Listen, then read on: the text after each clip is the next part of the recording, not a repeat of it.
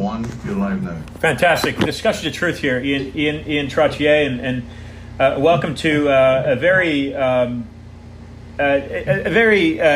somber in many ways episode here, but also very enlightening, because what we've got here today with us is two people that are intricately involved in the child trafficking scene in Haiti, and both of these people are remaining anonymous.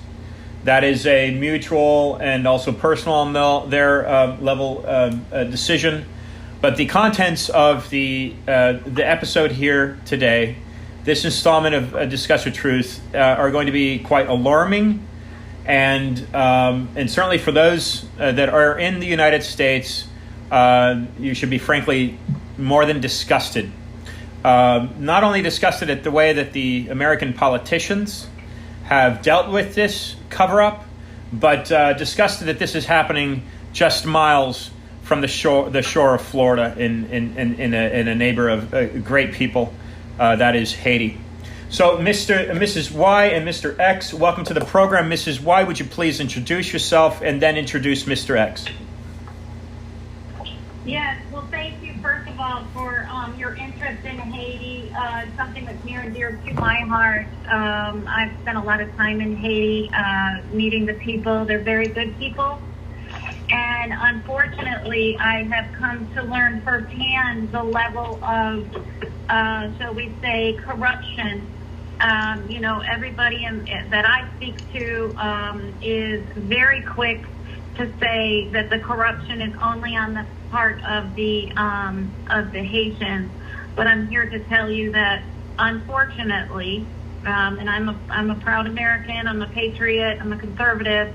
Unfortunately, many roads lead back to inside the Beltway and throughout the U.S. and of course the rest of the world as well. But obviously, I can speak about what's happening in terms of responsibility here in the United States. Fantastic. And with me, I have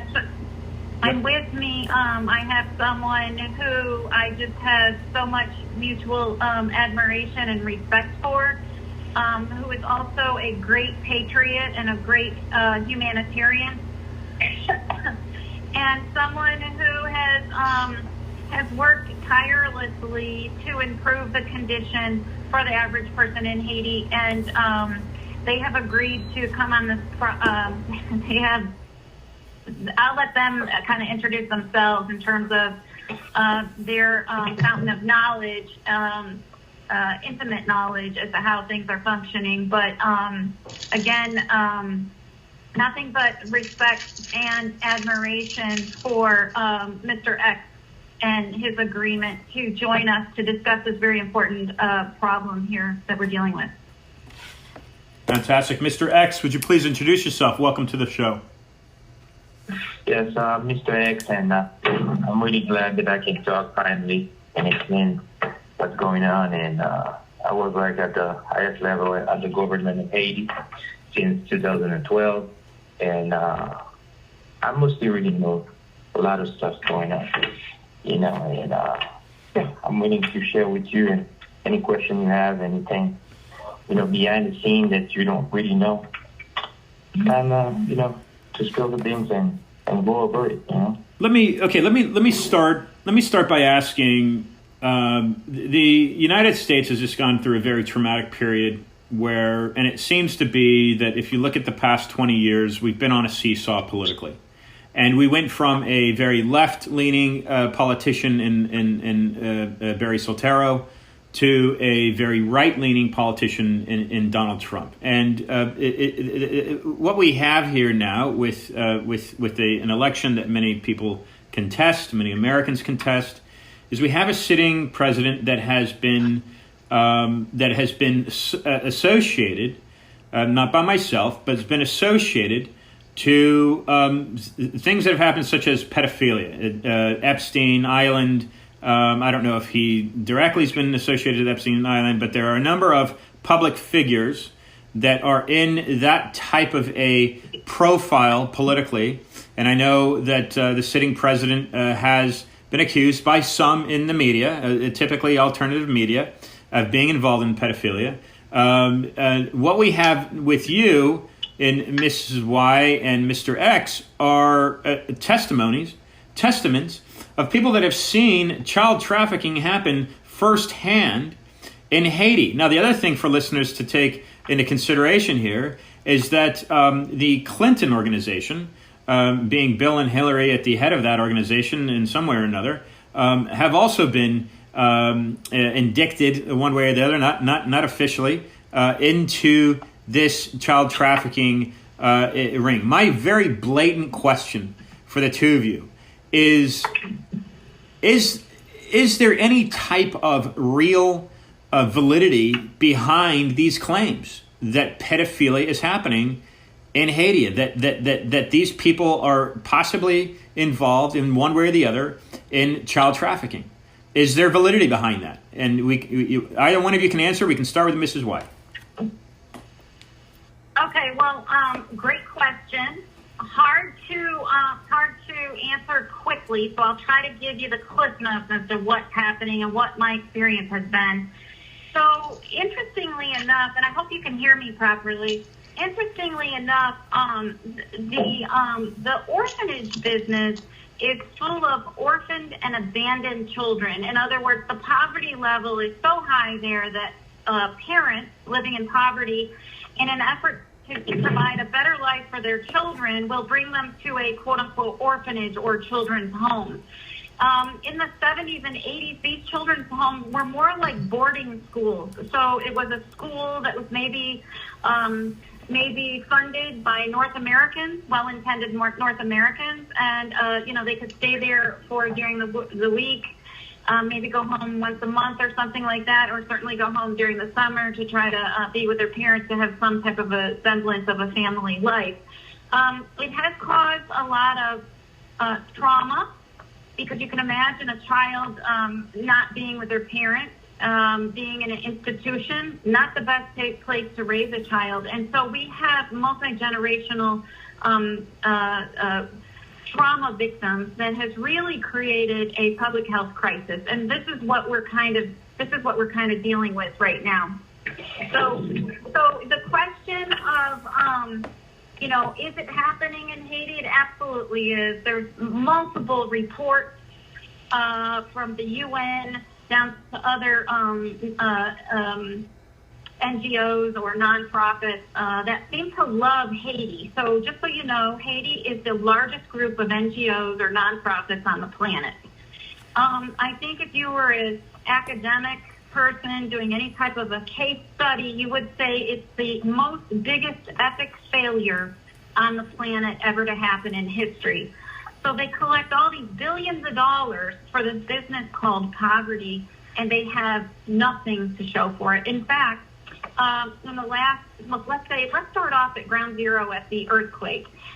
Since the earthquake, the conditions were already not great, but they went even further to the not great situation. And it seems as though it was open season. In fact, there was an ambassador that said, let the gold rush begin after the earthquake, because they came flooding in with all these best intended, and there were fair enough, there were a lot of orphans that needed to be taken care of. But when you have over 10 years later, 750 orphanages, of which, according to the head of the Child Protective Services, IBESR, only 60 are licensed, most of which are run out of nonprofits in North America. We've got Houston, we have a problem, right? And there's no standards. So I was down there last year. I was invited to speak at a conference about corruption, specifically corruption and its effect on children and orphanages and so forth, because we're not talking peanuts here.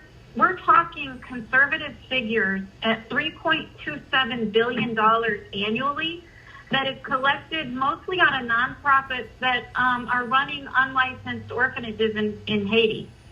And so they're benefiting from the 501c3 status that they enjoy up here. And it's just a great big free-for-all. And Right. I would love an opportunity to have someone go down there with a camera and expose all this that's happening, because what you have is mission tourism on steroids. So it's a very sad thing for children, because, children are very vulnerable, and my heart breaks on a daily basis. Just thinking of everything that I have been exposed to, everything I've witnessed myself. I'm involved in another legal case. I want to just briefly touch on that at some point during this conversation. But, what we're seeing in Haiti is a complete 100% failure, epic failure. And if you start looking at the numbers and the money that has flooded into this country the size of Maryland, 10, 11 million people, it's New York City, right? And I said this from the beginning. I'm in real estate, and I said, we could easily redevelop Haiti based on natural resources and whatnot in 3 to 5 years, and everybody would be driving a Mercedes. That's and I back up everything with, you go do your research. It's a very wealthy country, which is why there's all this attraction, these people showing up there, and so forth. So, Mr. X, would you like to add to anything that I had to say? Well, let me add, because the thing is, people need facts. Let me tell you how it works. Many of them is over probably more than thousands are not licensed.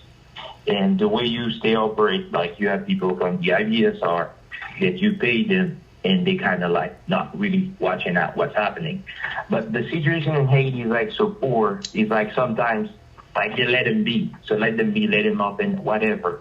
And the trafficking starts with, you have some parents, they can't really afford in taking care of their kids. For less than $100, they introduce their kids to the orphanage, and they get a bag of rice and less than $100. And you sign a paper that you have no right to see that child again, to ask for it, to even see him or come near to the orphanage. And it's been going on and on and on for so long. I testified. I was going to the DR. Eight children, minors, around 6 and 7 years old, and they had the help of the national police going back, because there's a border, and first when you go in, when you live in Haiti, you go to the DR. There's a big police station, and now those cops, they're not in uniform. They take those children, they go way behind, and they go from the DR, and after they bust those kids back to the bus, and after they still not get busted, they make fake papers, whatever, and it keeps going on and on. And I was at the time, I was no longer in the government, recently, I'm talking about 2020, it's still happening. So the thing is it's so corrupt at the highest level, and which is there's nothing to be done, because everybody, and now, even the president now put the law outside, saying, because I used to work for him, I did his campaign. I was back in Martelli, 2012. So I was really, it's not someone random people, some kind of people coming to a show and they kind of explaining things, and, they got the intention. This is people that I used to work with, that I did their campaign, whatever. So I used to, and I was quote unquote, the working with the prime minister of that country. So really, I really know. So everything that is happening, I know. This is nothing that is made up. So So what they do, they let them really open and keep going on, and many other things keep happening. So I just, it's so much that I really want you to ask me exactly what question you need, because I don't know where to start. It's the thing is so huge. I don't know exactly where to start. And we used to have some meeting with the embassy and stuff in terms of security and stuff like that. But I don't know. It seems people, the taxpayer is all sending a lot of money, and I'm telling you, it's going on the blank. All the help that you're sending out, I'm so sorry. It's going on the dark. It's not happening. And I don't know what question you have, and so let's exactly go deeper. Yeah, let's go to some of the basics here for listeners to understand. What are and name names if you feel comfortable. We don't know either one of you what your names are, but what are the accusations that you are making right now? What is the pressing concern? Go ahead. Well, I'm not making any accusation, but I know that members that I used to work with the government with, they know what's happening. Some of them say they like, out of the record, like they are saying, I know, but I cannot do anything about it. I'm trying, but I don't have the resources. And I know the embassy is like, the U.S. is like really helping in this like big time. But the level of the corruption is coming like from the top to the bottom, like from the the minister and everything, the director from the IBSR to the cops that doing those things. Like there's a leak somewhere, and it's like not to brag. It's like something has to be done. I'm not doing any accusation. I just saying that something has to be done. Otherwise, it's a huge trafficking thing, and we cannot let that happen. We cannot let that happen. Mrs. Y. So this is I think that, excuse me, this is Mrs. Y. I just wanted to mention a couple of events that have happened. And they've happened in orphanages because, no one's regulating the orphanages, even though it's a $3.27 billion business. So one example is in February of 2008, on Super Bowl Sunday, we had a beautiful yacht pull in to the west coast of Haiti, right near the Calico Beach, and they had ordered children. So these children were collected from orphanages and off the street. The conversation went kind of like this: "Hey, would you like to spend a day at the spa?" So I mean, look, if someone asked me if I want to spend a day at the spa, I'd be all on it, right? So, we got someone in a shitty situation, and they're asked, do they want to spend a day at the spa? And Calico Beach is owned, I think, by Hilton. I don't know if it still is. I think it's changed hands. I'm not quite sure. But anyways, let's just say it's a 4 or 5 star property. Very, very nice. Gorgeous view. People on their yachts can pull up and whatnot. And these children were brought there. They were bathed. They were put in white clothing.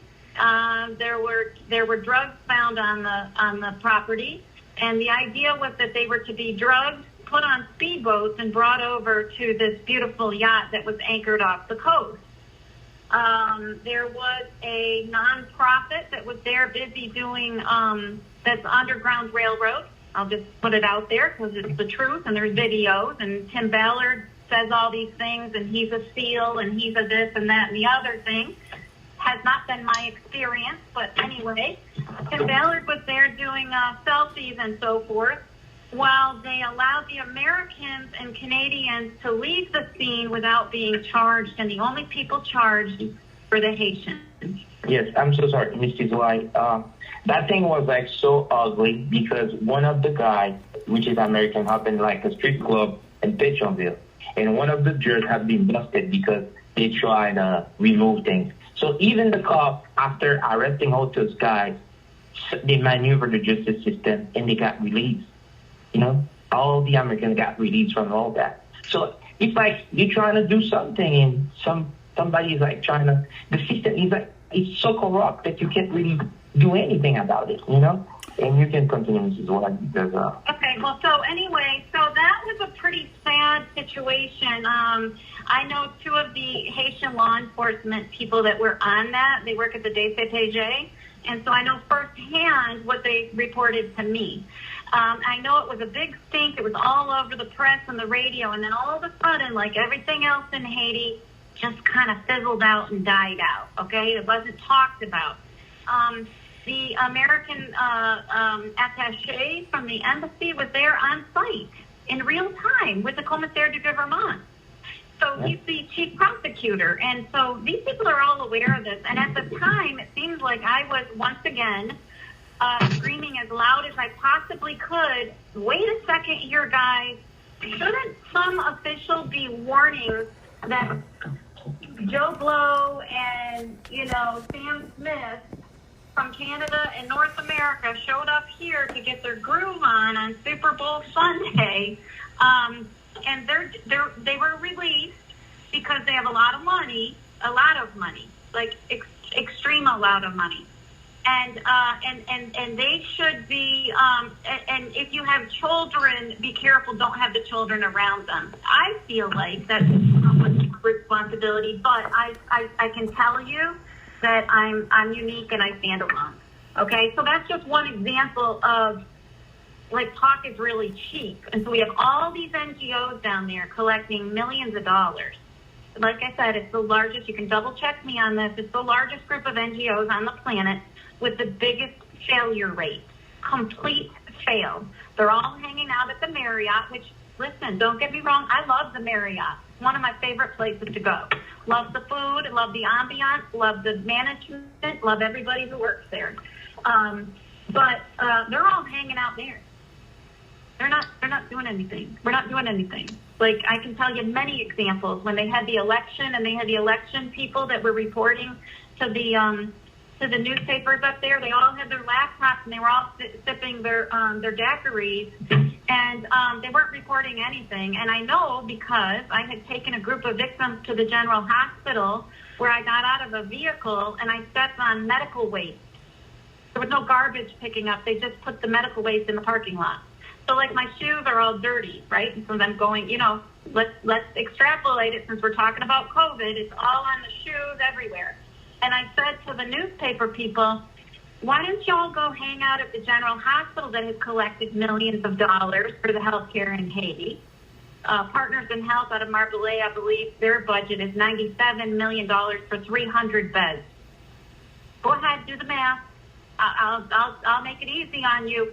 It's way over what it is, okay? It's like, I don't know where the money's going because the doctors get $300. Oops, they don't get $300 because the guy who delivers the payroll goes and hands the $300 and then refunds himself $40. So this poor doctor works 6 days a week in horrible conditions with horrible sicknesses, in danger with no security, and he gets $240 a month. He went to medical school to get that type of money. So when I say that it's cyclical and it's everywhere, let me give you another really quick example. Last year in February, not this February, the February before last, on February 13th, in the evening, there was a fire at an orphanage in Fairmont. It's about 2 or 3 blocks from the Baptist Mission. The Baptist Mission has been in operation, I believe, 70 years. It has a clinic, hospital there. They have a small amount of beds, and they do little medical things. These 20 victims supposedly died of smoke inhalation. However, if you look at their pictures, there's no soot on them. Their socks are clean. They're in diapers. They're in pants. There's no soot on their face or their hands, or there's no burns. So it doesn't make sense. I talked to a witness who helped pull some of the children out. Nothing makes sense to me. The fire truck that came only brought half the water. He had to come all the way from Patientville and go up the hill to go there. He only had half the water, so he had to go back down and get more water. It was like Abbott and Costello, really. But the sad thing is these children, right? So this is an orphanage that's run by what is it called? The Church of Bible Understanding. It's out of Pennsylvania, but it used to be in New York City in the 70s and 80s. And this church collects $5 to $7 million a year to operate these orphanages for the poorest of the poor. And yet they didn't have gasoline for their generator. And supposedly the story is that these small children walked on a dangerous, very busy street to go to the market to buy candles so that they would have light. And supposedly the story is that these candles set everything on fire. But I'm here to tell you, and I've even seen other pictures that were at the court. I've seen pictures at the morgue. they change their clothes. You know what I mean? Like the whole story does not add up. And at the end of the day, we have an orphanage that's not apparently functioning. We're supposed to believe that they need more money to raise, and $5 million is not enough for this quality operation, and yet they have 5 airplanes. Now, why does an orphanage run out of Pennsylvania have 5 airplanes? Can you explain that to me? Because I don't get it. Mrs. Y, talk a little bit about, there's 2 people that I want you to talk about, your knowledge. First off, clarify exactly what you understand is happening with these children. What is being done with these children? For instance, those that were invited onto the yacht, what's being done with those children? And talk a little bit about your understanding of what's happening in regards to the Clinton Foundation, their involvement in this type of thing, and then also someone named Father Juan Duarte. Okay. Well, wow, that's a full-packed list of questions. So I'll start off with the Calico Beach and what's happening with these children. Well, clearly these children at the Calico Beach were going to be trafficked to very wealthy people that were on that yacht. Now, I've been given some names. I'm not comfortable for my security and my safety to release those, but let me just say, on the ground in Haiti, it's pretty well understood who we're dealing with. And there's a large group of people that money is no object, and they are into this big time. And they will stop at nothing. And so that's the group of people that were going to go there. They were going to bring they were going to drug the children, put them on the speedboat, get them over to the boat, to the yacht, I should say. And I believe they had a destination that probably we all here on this call would understand the destination. What is that destination? So, Well, I think that I think we'll leave it to people's imagination, but let's just say that it's a destination that has been known to receive a lot of children. An island that has been known to receive a lot of children. Okay, so were you talking about Epstein, the Epstein Island? I believe that from the information that I have, yes, I believe there's a connection to the Epstein Island. Okay. So, talking about the trafficking in Haiti, we have reports from the United Nations. We have reports from J.K. Rowling. We have reports from other NGOs, well-intended NGOs, that are up against a huge system. And you buck the system and you start costing them money, you're not a real popular person, right? Because this is the business. They put essentially all agriculture out of business. They've put all manufacturing out of business. And they've even historically, and I don't know if Mr. X wants to talk about this or not, maybe a little bit later, he can get into the economy and how the economy has systematically been wrecked. And the economy has a young, the life expectancy is kind of low in Haiti, considering all the money that has plugged into there. But what has happened is it's created an incredible high percentage of unemployment. And these people just want to work. They're just like you and I. They're just like anybody in the universe. They want to provide for their family. But that goes against the system because poverty and photo op and nonsense is the way they go. And so that has led to the orphanage population to swell because these people, they don't have money to feed themselves. I mean, they're surviving on $2-3 a day, right? And so they're forced to take their children to these orphanages or children's homes that are run by unregulated people that double as a guest house. So imagine having a bunch of children, and I have a guest house, and Joe Blow, who is a member of NAMBLA, wants to stay there. I do no background check. He's welcome to stay there, and you got little boys running around, or little girls, right? So NAMBLA is the North American Man-Boy Love Association. It was founded by Tom Reeves and I think Shabley. I can't remember his first name right now. But anyway, these people are advocates for lowering the age of consent. So in other words, a 40-year-old man with an 8-year-old boy is all good because it's love. Love trumps hate, right? Have you not heard that? You know, is that not common? They have all these symbols, butterflies, and some other symbology that they have that identifies a home to be open to this type of a business. Let's call it a business because there's a lot of money involved with it. They do snuff films. They do photos. There's all types of things that are going on in Haiti, in these orphanages, in these institutions. You know, sometimes, sadly, parents are involved with bringing their children there. I think Mr. X has a story to talk about an orphanage that was close to where he used to live, where a mother drops off her baby, desperate, no food, in a hope that's better for the baby, dropped the baby off, probably illiterate, was asked to sign something. They gave her a bag of rice and some other things. She went on her way. And then a couple, 3, 4, 5 weeks later, the rice was gone and the baby was gone, and she wanted to go see the baby. She missed the baby. And she went to the house, and they wouldn't let her into the house. She was told by the security to leave. Get out of here. You signed your kid away. Don't come back. So that woman's on the street crying, you can imagine, for the tragedy. So the amount of tragedy that the average Haitian person and trauma, it's like a war zone, that they have to withstand it's unbelievable. So anyways, getting back to these institutions, these children's homes and the orphanages, they are frequented by guests, some of them on these mission tourism trips.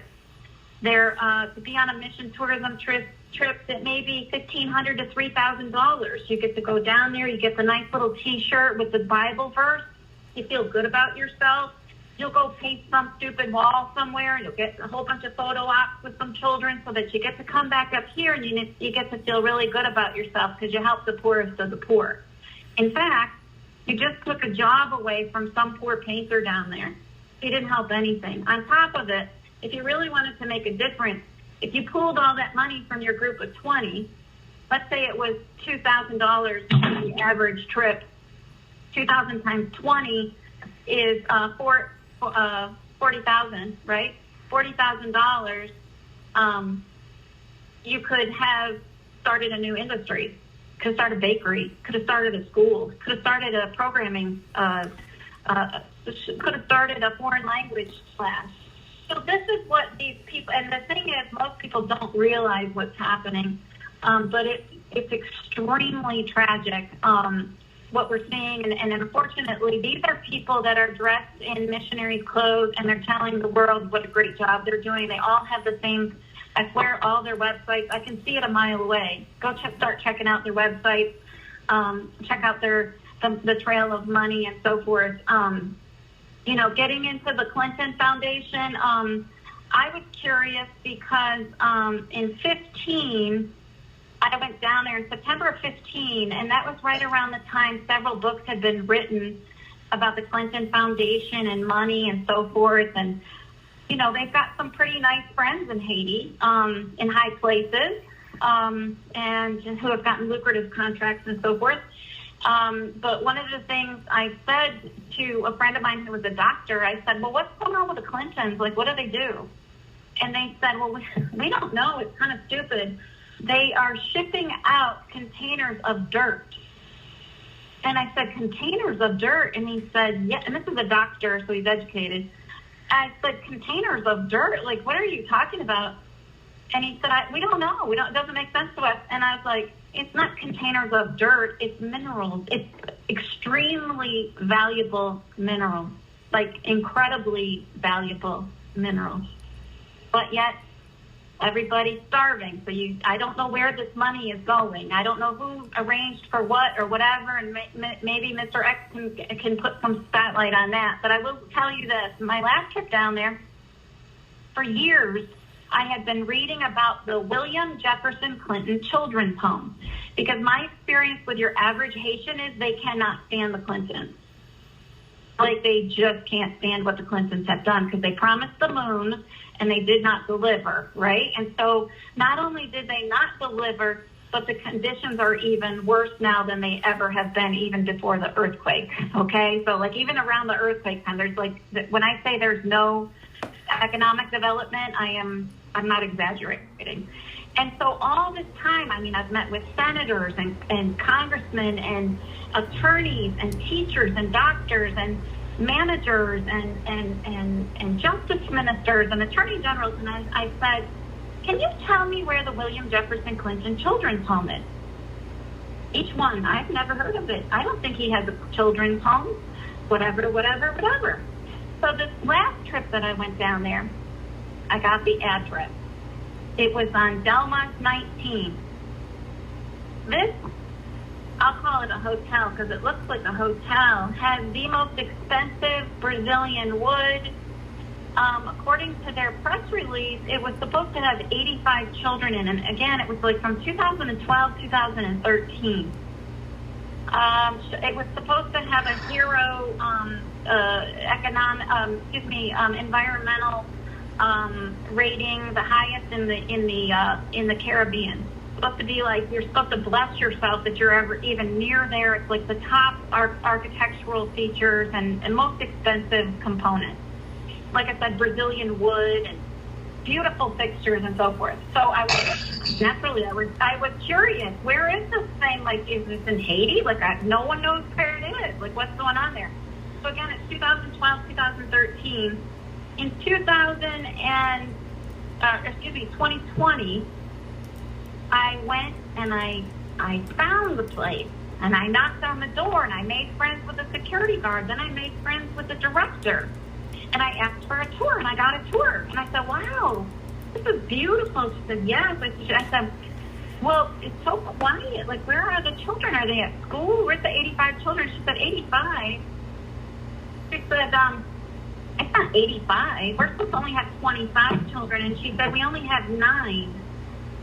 I said, you only have 9 children in this. It looks like the Marriott. It's that beautiful. It's that many stories and so forth. It's gorgeous.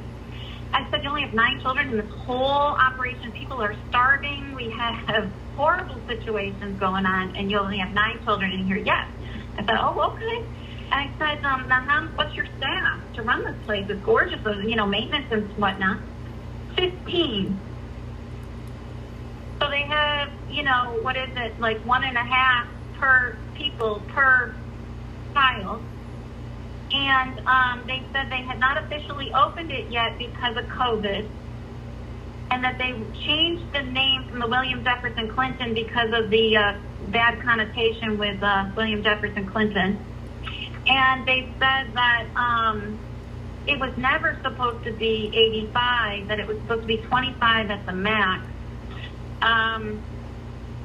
And they showed me the generators and the fixtures and the bathrooms, and these are all special cases, AIDS, children with AIDS and their parents staying there, the mother staying there, and it just blew me away. I thought, wow, and they were very proud. They said, oh yes, and we have an ambulance, because there's no ambulances in Haiti.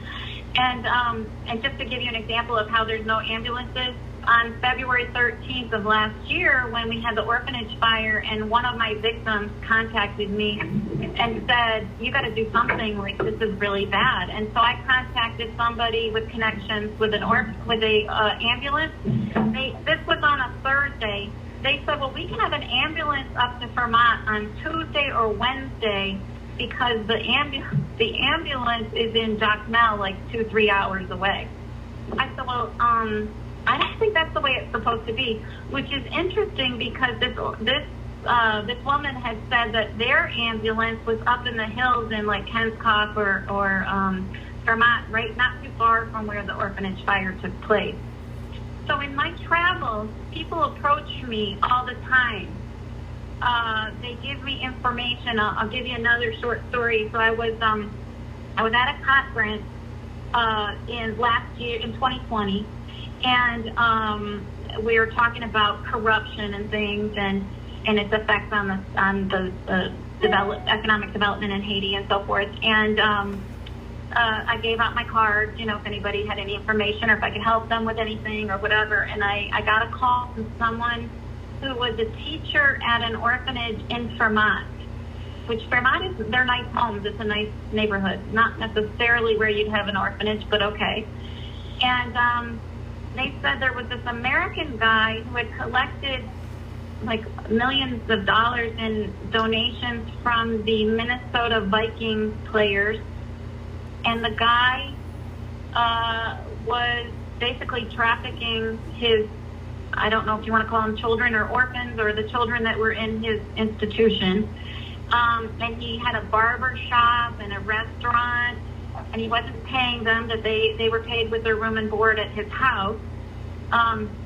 But the band was very inappropriate with the girls, the young ladies. And again, age of consent is 18, and these young ladies were maybe 15, 16, or 17. So there's a lot to this, like a lot to this, right? And it's easy to blame a one person, but there are authorities that are not doing their job. They're looking the other way, right? This has been going on over, probably 20, 30, probably since the 80s, maybe, and it's grown. So this institutionalizing development or what do I want to say, raising children in institutions has really created a mental health crisis, because we're dealing with abandonment issues, trust issues, and it's really had a very negative effect on the community. But the Haitian justice system is completely broken. I can give you many, many examples of that, but children are basically offered up for sale. Haiti has the highest rate of child exploitation of anywhere in the world. Westerners are attracted to these natural disasters that seem to plague Haiti, and this is where they end up. There's a lot of stories that come out of the embassy after the earthquake, where they were renting out one of the conference rooms, and they had a bowl of condoms because people were going in there to do their business. I mean, you can't make this stuff up, There just seems to be a huge, huge demand for this, and its close proximity to the United States makes it just all the more attractive, right? And you, and I believe this is a massive problem, and we have just really only uncovered the tip of the iceberg, because parents are even forced into trafficking their children because they just don't have a job and they don't have any money. Like, it's extreme poverty, and it's unnecessary because it's the richest island in the Caribbean, and it just wants, I'm sure Mr. X's blood is boiling right now, but I'm going to leave it off to him to add to anything that I said. And thank you, Mrs. White. Mr. X, what is happening? These children are being trafficked. They're being sold. What are they being used for? They're being enslaved for. Is there a definitive purpose here? Well, yeah, there's three markets. There's one market for sex. There's another market for slaves, and there's a market for organs. So, like basically three markets. And I don't know more about like who's on it and stuff, but I know there's three markets for children. So they end up murdered or slave or sex trafficking. And why? So they basically three markets. Why Haiti? Why is this happening in Haiti? Is it happening all over, or go ahead? Well, let's see something right there. You have like over more than 10 years, the same government keeping like the corruption is really so high, like high member in the government really, and high scandal of corruption, and the poverty is like Mrs. White said. The poverty is like so high, like you can't corrupt someone with $50, like you can't even corrupt, I don't know, even some high member with thousands of 200s. So it's critical. It's really something awful, and since nothing has been done to really prevent that, And now with the help of the U.S., they kind of like they can't really do the things that they used to do it because it was openly doing. People used to come and get Furby 20 children, and next thing you know, they're making their passport, and man, they're like heading to Europe, France, whatever. So now they make it complicated, but inside of the IESR, which I'm not talking about, like, I guess the director, like, she's a woman, she knows, but inside, secretary, people doing investigation, they're like all corrupt. I'm telling, like, seriously, I can put my hand on fire.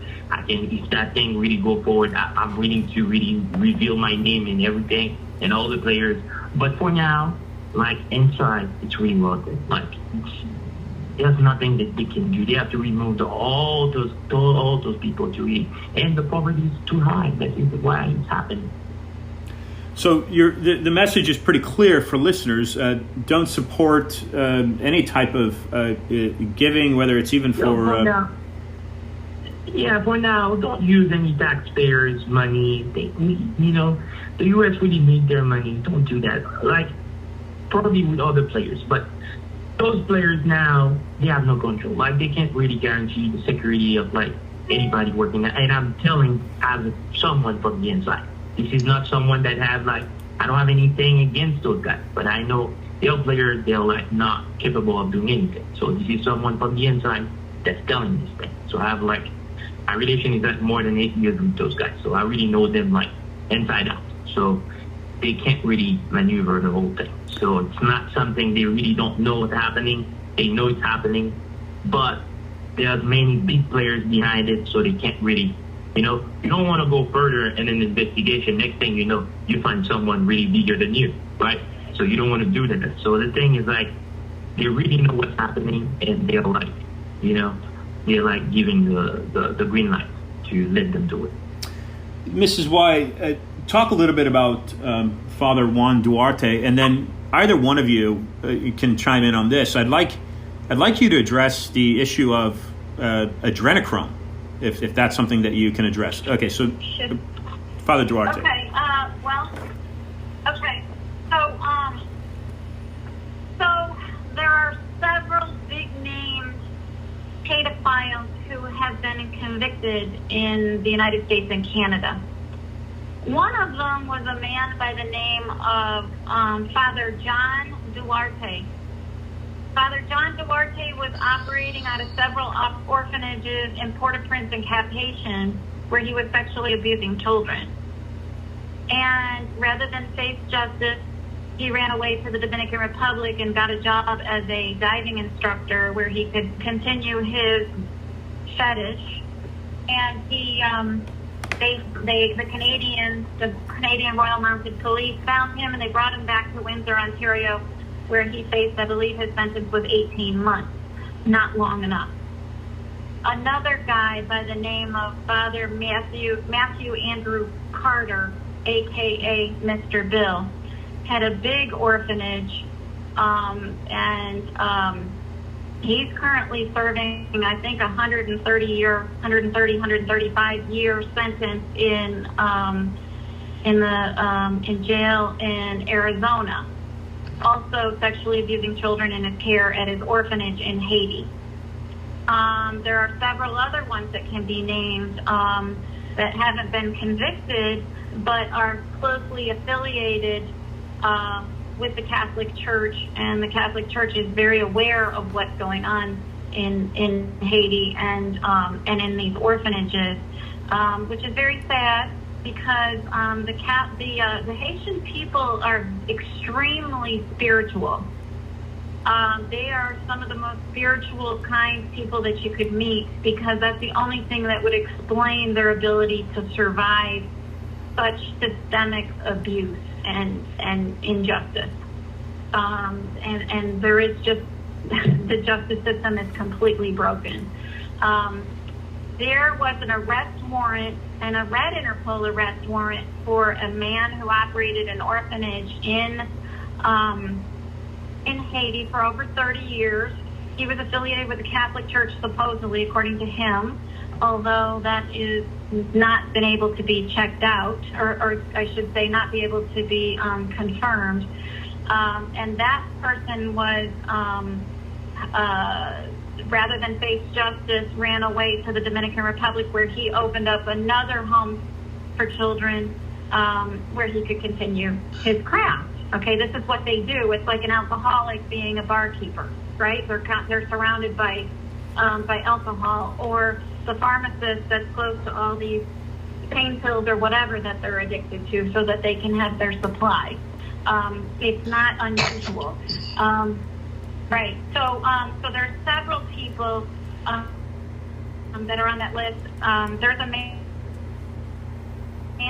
in Lake High who had an orphanage. Well, let's go back to the other ones that were convicted. So there's another one. His name is Daniel Pye. Daniel Pye had an orphanage in the southern part of Haiti, a beautiful city called Jacmel. And he and his wife used to sleep every night with a little girl, and the wife claims she didn't see anything, but upon investigation, he was convicted, I believe it was like in Delaware or Virginia or something like that, of sexually abusing children in his care at his orphanage in Haiti.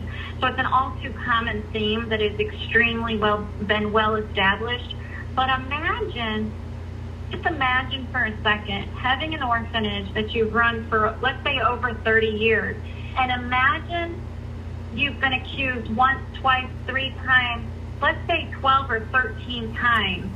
Victims in your care stepped forward. They went to the U.S. Embassy. They went to the chief of police. They went to the police chief in the town that you're located in. They went to the DCPJ, which is like the Homeland Security. They told visitors that came to the house what was happening. Imagine that person walking free today.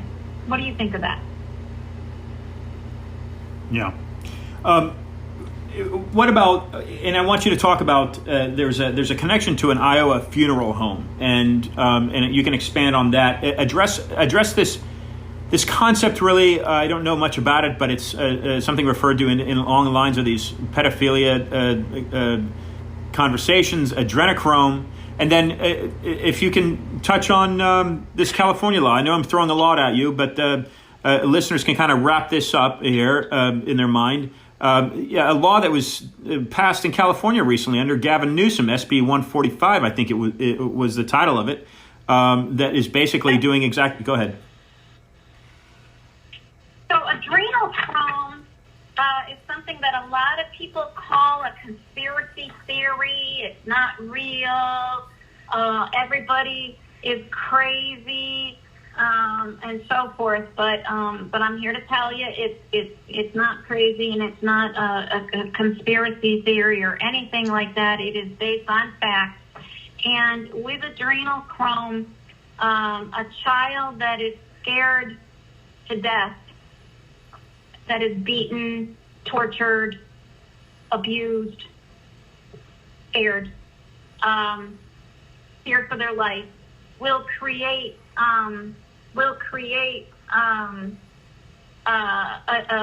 the natural response to the adrenal gland is to create this substance called adrenochrome.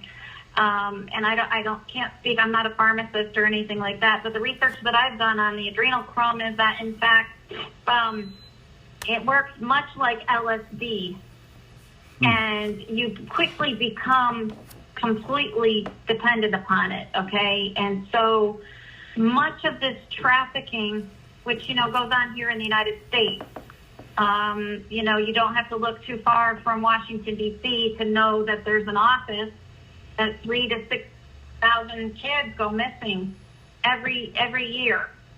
And not a lot is done to find those kids, and that's on us.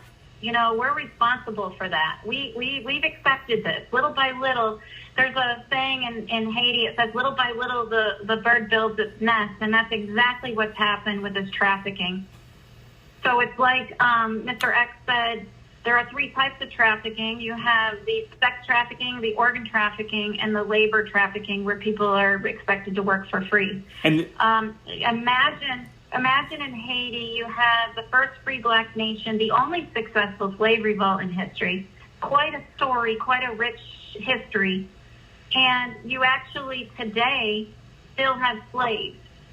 You have slaves called restiveks. So restiveks are the term means stay with. So that child lives out in the provinces, and they have some relative that is or is not wealthy, okay, but is doing better than the poor person that is barely doing sustenance farming.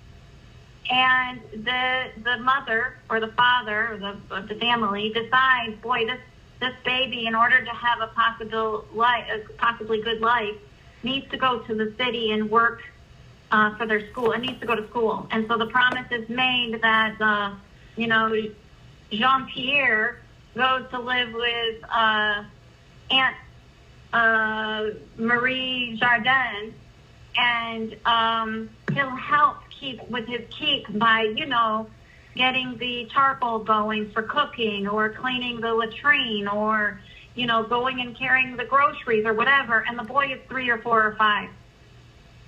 Okay, he has to be under 14 because at 14 legally they're supposed to start paying them. So this little boy is a slave because most times they don't even get to go to school. They sleep on a mat, and they're not treated well. Last year, I was in Haiti, and I was driving in a very wealthy neighborhood to meet an NGO that was going to discuss the problem of trafficking in Haiti. And the driver was driving past this little boy with nasty shoes and dirty clothing, and he just looked miserable. And I probably was like 8 to 12. You don't know because they're malnourished, so it's a failure to thrive. So it's hard to date, it's hard to age children in that condition. And he's carrying 2 water jugs. And I said to the driver, "Stop! I want to get a picture. I got to tell people what's going on, right?" And he said, "No, you can't do that. They'll think you're kidnapping or whatever, And so we got there to the attorney's office, which was an NGO that had received millions of dollars to help people like that, rest of it. And we're talking, and they brought us nice coffee, and it was a beautiful office, and there was air conditioning, and it was nice. And I just didn't feel well. I didn't feel right. And so, we're having our little chatter, and I said, "Hey, by the way, on the way over here, I just ran into this situation." And they said, "Yeah, there's a lot." They didn't even know where I was going with it. So they said, "Yeah, there's a lot of kids like that in this area. A lot of these houses have those children in them." I'm like, "Okay, let's break this down a little bit." So you're telling me that you're an NGO who collects millions of dollars to help humanitarian needs, right?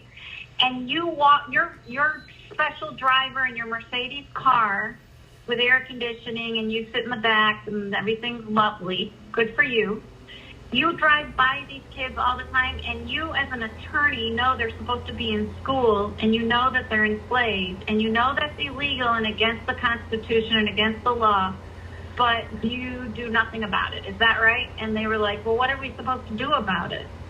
So like I said, the justice system in Haiti is completely broken, but you get that a lot, which I think is why Mr. X is extra special, and I have nothing but respect for him because he's being very humble in what he's talking about now. But when I tell you, like, he's put himself right out there, I'm really not exaggerating. Let's get back to the get back to the definition of adrenochrome. What is this? This is being extracted from these children and being used for what?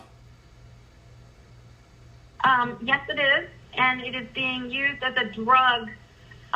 These addicts can't get enough of it, and they need it on a daily basis. So they become extremely dependent upon it. And have you seen this firsthand? I've not seen that firsthand, no, but I know of it, and I know of a lot of, without giving too much information up. I met with some authorities in a different country, and we were talking about trafficking. and they said this organ trafficking in that country is a very big problem, especially amongst refugees. And they wanted my help because they said they keep finding children or bodies of people that have had organs cut out of them, or the corneas cut out of them. And in that country, the medical system is considerably better than in Haiti. And you have to understand, time I was down in Haiti, that in certain areas, I think they said Quadabuque, that they found some bodies where the organs had been cut out of them. I was also told by a priest that there were several bodies in City Soleil. Well, no, let me back up. So this priest was very...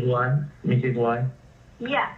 It's all over the news. You can go on Google and you'll say, there's a traffic right now. The thing was like so legit.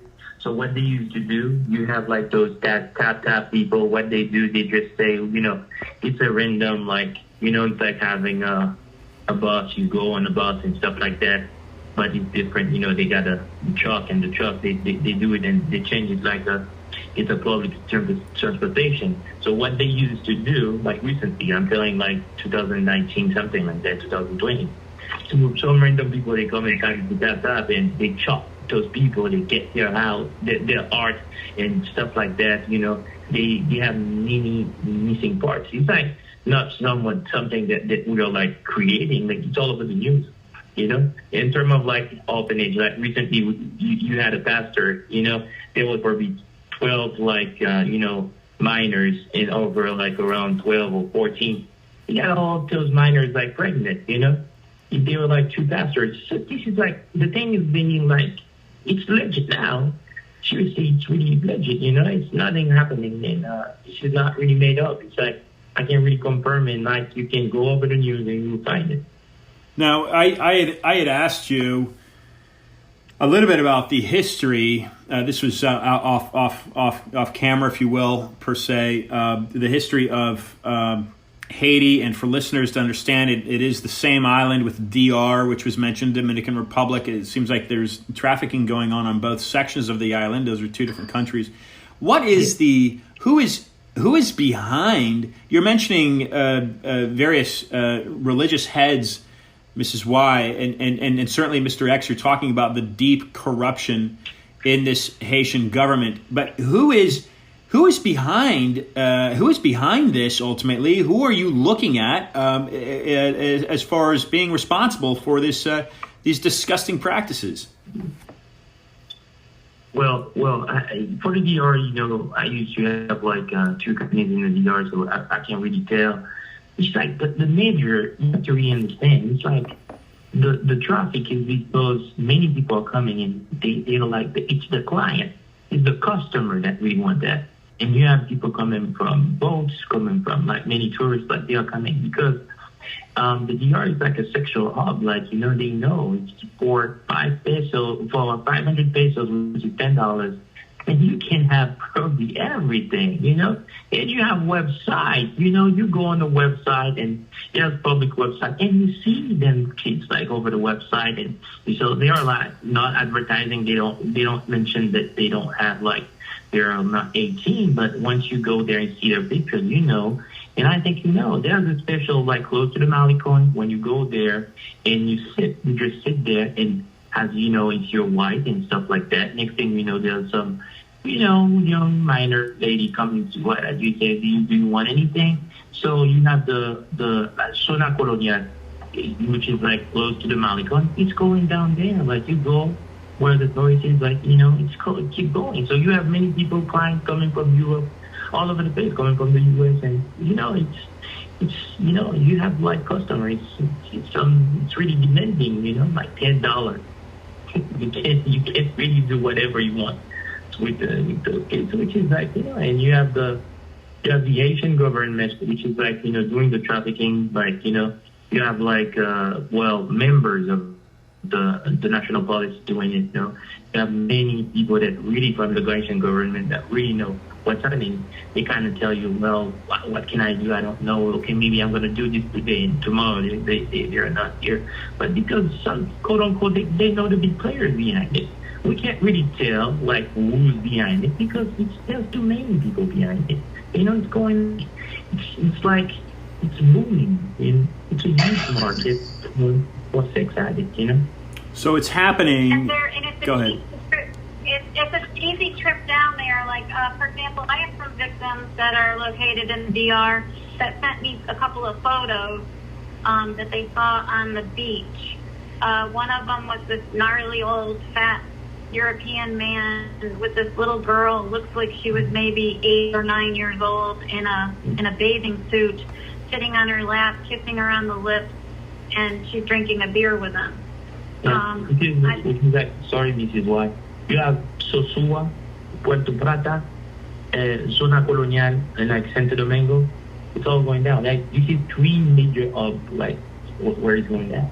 Sosua, Zona Colonial, close to the Malco, and you have Puerto Plata. It's like it's going on. This is exactly the major spot where it's going on, and they know.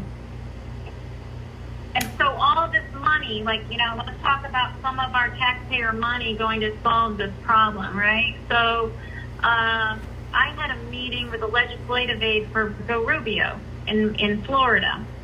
And I was telling about what I had witnessed in Haiti and some of the business that I had been doing in there, what had been brought to my attention. And I provided them with evidence. And I said, you know, this is a big problem, and there's a large Haitian population in Miami, but you should be interested in this. You're a senator from Miami. You know, shook her head, absolutely. Thank you so much for coming by. Thank you for what you're doing, you know, the typical things. And short time later, within a week, I had an email stating that not to worry, $24 million had been appropriated, taxpayer dollars, to the IBESR to fight trafficking. And I'm here to tell you, I doubt 24 cents was used to combat trafficking in orphanages and so forth. And you don't combat it by giving out bracelets and T-shirts and having, you know, conferences where everybody dresses up and talks about nothing and photo ops. Nothing happens. There's no action plan for that. So, you know, I was very disappointed. I will tell you that the meeting happened on a Tuesday, and by Thursday, Senator Rubio was down there meeting with the president of Haiti. So I thought, because I don't believe in coincidences, and I thought, man, I'm sure it was kind of like this crazy person has shown up in my office, and the jig's getting up, so you got to do something about it. That's what I think. You know, I'm just imagining because it's a huge, huge problem, and there are so many people that are involved in this you know, again, the State Department, they're all extremely aware. For example, a crime of this magnitude, if you do have an arrest warrant issued, the arrest warrant is going to be good for 10 years and can be renewed. So say, for example, you had an arrest warrant for rape, sexual aggression, and abuse of title over a minor. That's a serious arrest warrant, right? That's no longer you got a parking ticket or something. Imagine having a federal agent try to tell you that that arrest warrant, quote unquote, expired. You see how the level of corruption that we're dealing with? To which my response was, if you think a capital arrest warrant with such a serious crime on it, someone who has spent 237 something days in a penitentiary for the same crime, quote unquote, gets dismissed or forgiven or whatever, then I don't know what we're paying you, but we're paying you too much money. Now, Joan Mellon, who's a professor at Temple, at least she was, is a former guest on my program. It's been a couple of years, but she's the author of a book called Our Man in Haiti, George de George de Mohrenschildt and the CIA in the Nightmare of the Republic. She's connected dots, actually, to the CIA and Mohrenscheld, a petroleum geologist, and even to the JFK assassination in Dallas. What can you tell about your knowledge of the extent of the history that this child trafficking may have been happening in Haiti, and perhaps the CIA knowing about it? So, historically, this has been, like I said, there's been several nonprofits, humanitarian groups, human rights groups. There's been people that have been killed getting ready to reveal things. Specifically, anybody close to some of these people that you have mentioned previously on this conversation. And they just end up gone. They end up somehow managing to shoot themselves in the back of their own head.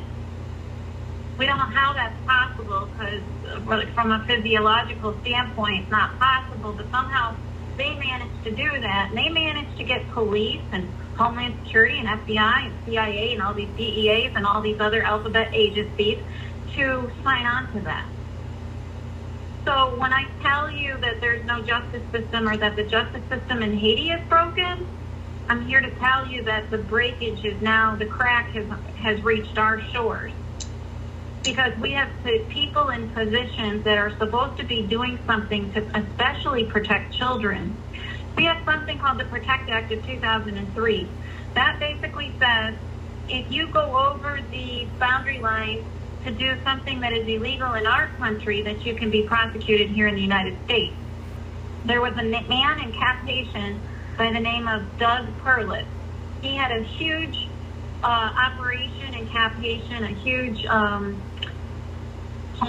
children's home that was working in conjunction with Fairfield University. And that man is currently serving an 18-year term. He was convicted in 2007, and he was connected to Father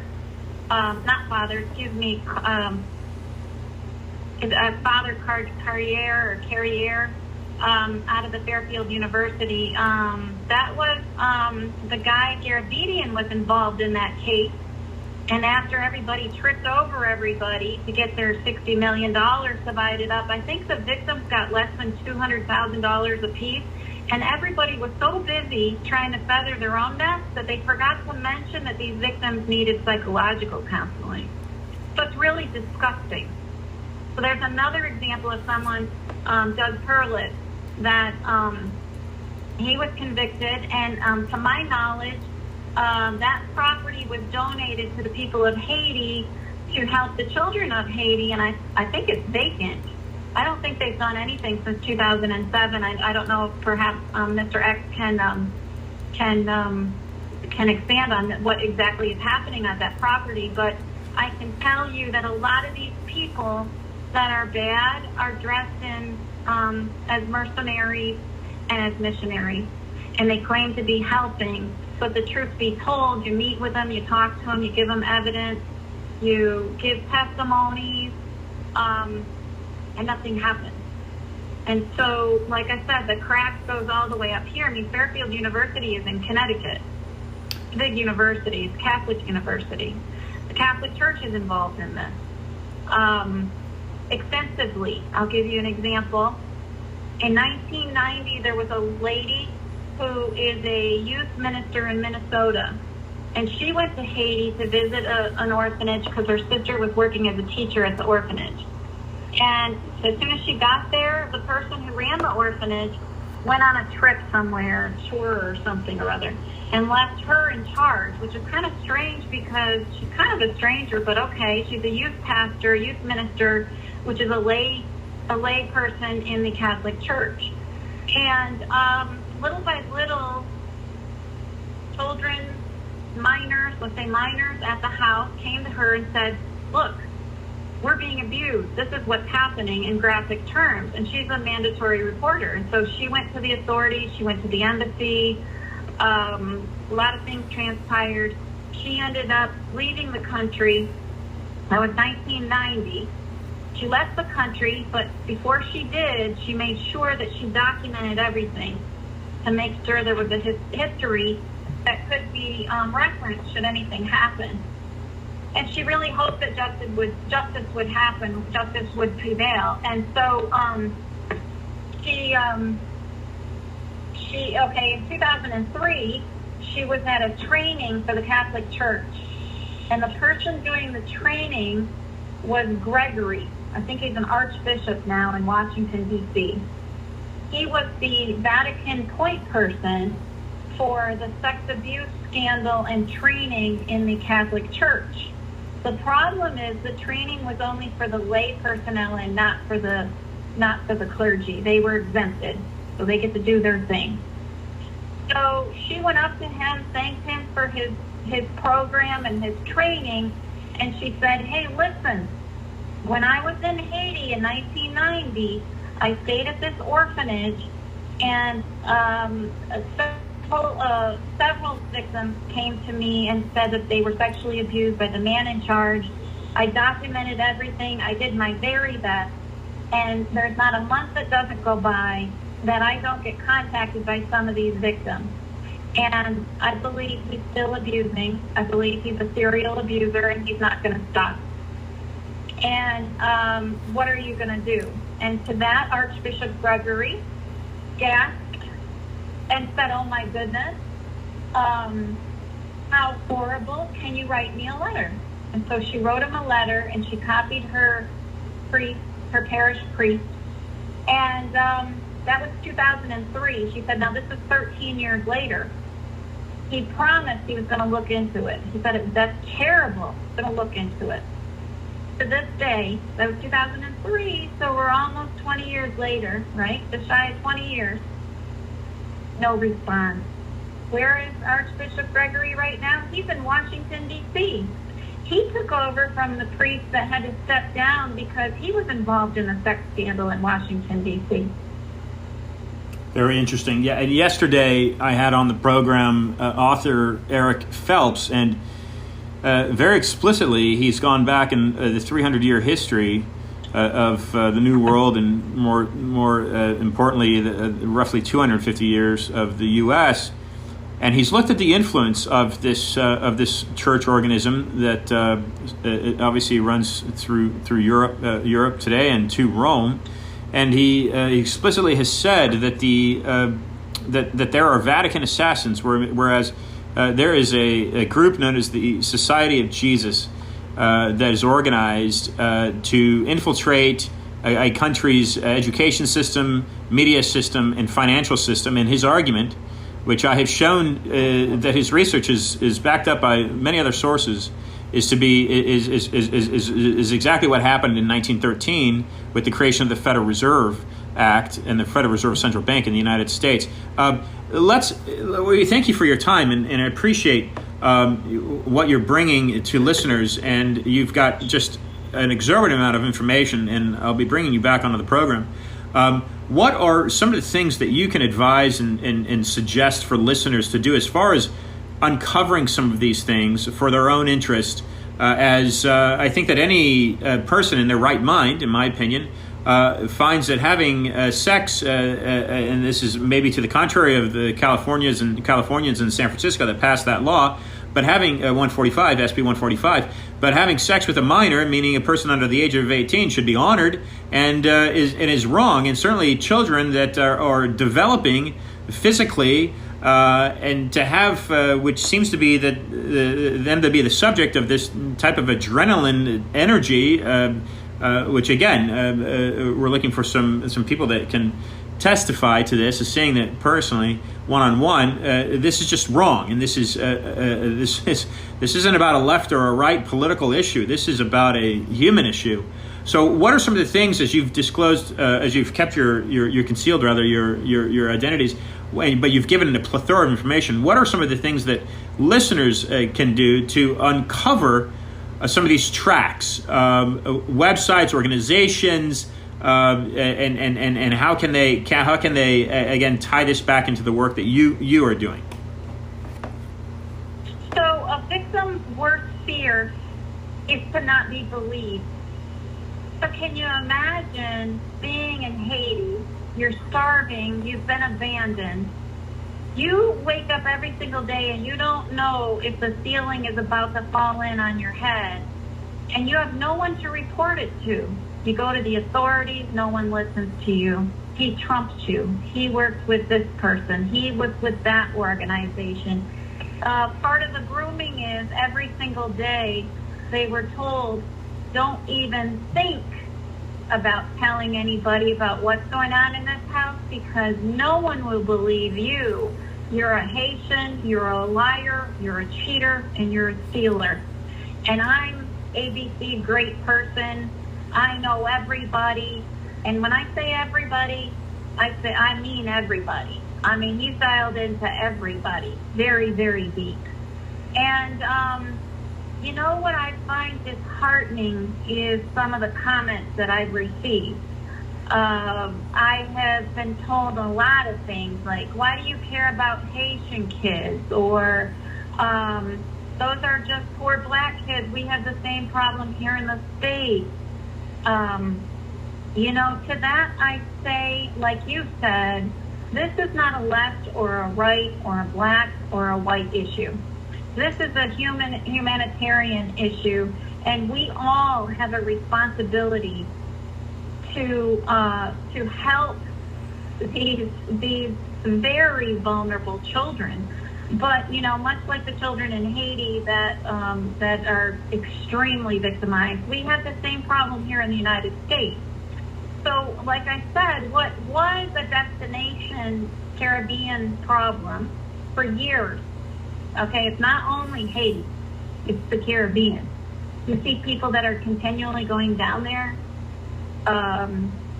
Club Med is the one who brought, actually, I was told by someone, a medical professional, who studied, there's different strains of HIV, and I guess they did a big study on the strains of HIV, and they can follow the path of where it started and where it went and so forth. And they are saying that the Club Med, which is not too far from the Calico Beach, I think, Club Med, those people came from France, and they brought that to the shores of Haiti. And so, you know, if it's not enough that's happened to victimize the Haitians, they also get, you know, slapped with, you know, all of these erroneous thought process of how they're this and how they're that and whatever. I was down there and COVID was on, and they handled things homeopathically, let me tell you. And I think there were 12 cases of COVID. I mean, it just didn't show up. They were waiting for it to show up, but it did not show up. I mean, they got a key for everything. I lost my voice. It's the only time I've never been sick down there in all my travels. I've never. I sleep the best I've ever slept. I have the best food that I'm telling you, the best food on the planet, especially that fish that you get down there. I mean, it's the best kept secret ever. Okay. I mean, it is the best food, and it's very healthy. It's very hearty. You know, I think that there's a lot that we should be doing, but a lot of people don't want to hear about it because the Haitians are re-victimized, okay? So this problem is being blamed on the Haitians when in fact, yes, there is a group of people in the diaspora and at the high levels of the government that have allowed this to happen, but these churches, and it's all the churches, I will say, well, maybe I'll limit it a couple. So it's, the Catholic Church, it's the Lutheran Church, it's the Methodist Church, and it's Presbyterian Church. These people are all equal opportunists, okay? It's called whatever green money. And let me tell you another little scenario of how this all shakes out. So you bring a group down. Let's say my name is Jean-Louis, Madame Jean-Louis, and I have an orphanage down there, and you bring your group down of 20 people from your church, whatever the church is. Let's call it a Presbyterian church. And you stay at my orphanage. And we go do the typical, we paint some wall somewhere out in nowhere, and we take the photo ops, and we might go to some of the nice sites or whatever and take some more photo ops. We don't really do anything significant to change the landscape of Haiti because the business is poverty. And on the final day, you've brought a youth group from your church, and you're maybe with 2 or 3 other adults that chaperone, so it looks legit, right? And your 20 kids are left behind with security guards, but the security guards were abused as children, and they may be sexual partners of mine, right? And we go out to eat at a nice place, and then we go listen to some special music at a place, at a restaurant, and I put some drug in your drink, and next thing you know, like a rupee, and next thing you know, you're out of it. You're confused. You don't really remember, but you kind of remember, but you don't really. And next thing you know, you're not a gay man, and the gay man comes up, and something takes place, and I got my camera right there, and I take a bunch of pictures. And then somehow we get you back to my house where you sleep with my kids, with my orphans or children in my institution. And the next morning you come down to breakfast, and you say, "Man, Madam Jean-Louis, what happened? I never drink that much. I mean, I grew up in France. I can drink till the cows come home. I didn't think I drank that much. What happened?" And I say, "Well, I'll tell you what happened. I got all these pictures right here. This is what happened. You hooked up with, Jean-Pierre." And you go, "Well, wait a second. I'm not gay. I'm married, and I'm a doctor, or I'm a teacher, or I'm a pastor." And I say, "Well, that's a problem, because everybody here saw this, and everybody's mad at you right now." And you go, "Well, can we just lose the pictures, and it'll never happen again, and we'll forget it, and we're all good, right?" And I go, "No. I need 100 new chairs. Each chair is $25. You can make the check out to me. I'll take it over to a place that I can cash it at. And by the way, you're going to bring 4 groups of 20 down every single year, and each person pays $50 a month." And then you say, "Well, wait a second. Your fundraising arm, ABC or XYZ, pays you for to operate this place." And I say, "Yep. And you're also going to contribute to that, because you're going to stay here for 10 days with 20 kids, and it's going to be $50 a person." And that's how that works. So this and then I control you. Yeah, this is blackmail. Basically, yeah. Sound familiar with other people that we've heard about, how they operate?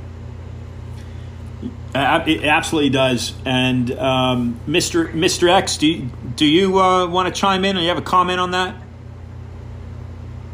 No, I'm fine. I think this is why we really nail everything that I have just said. Yes. And Mrs. Y, are you saying that you know for a fact that the Clinton Foundation has knowledge of this and is supporting this type of practice? You're saying that there's children that are at their home. This is happening through the Clinton Foundation. You're saying that, Mrs. Y? Well, wait a minute. Yeah, she's not saying that. Which is I don't want that to be, something that we're saying. She has seen whatever, which I think she doesn't have seen anything regarding Clinton personally. She has to probably put a face, on it like that, So I think I think she could probably defend herself, So in terms of me, my biggest concern is the Haitian government is those players in place, they're so corrupt, and everything is possible right now. I mean, everything is possible. Yeah, but you have anything to say there? It's causing a problem. It's causing a problem for us. But I can tell you that that is how things are done. That's how they get things done, okay? And the similarity to the way certain people that we have discussed on this call operate is eerie to me, right? It's eerie how similar that not like you were saying extortion or whatever. I mean, that's very eerie to me. Now, what about some of these alternative sources that claim that people like Oprah Winfrey have knowledge of this and are directly involved in this? I've read Jay-Z and Beyonce. Do you have any comments in regards to common names that most people have heard of? Well, what I would suggest you do is, because you're all secure up here, right? I think. Secure. I think it's best not to get into that because what it does is it puts people in severe jeopardy and severe danger, and there is no 911 to call, right? Yeah.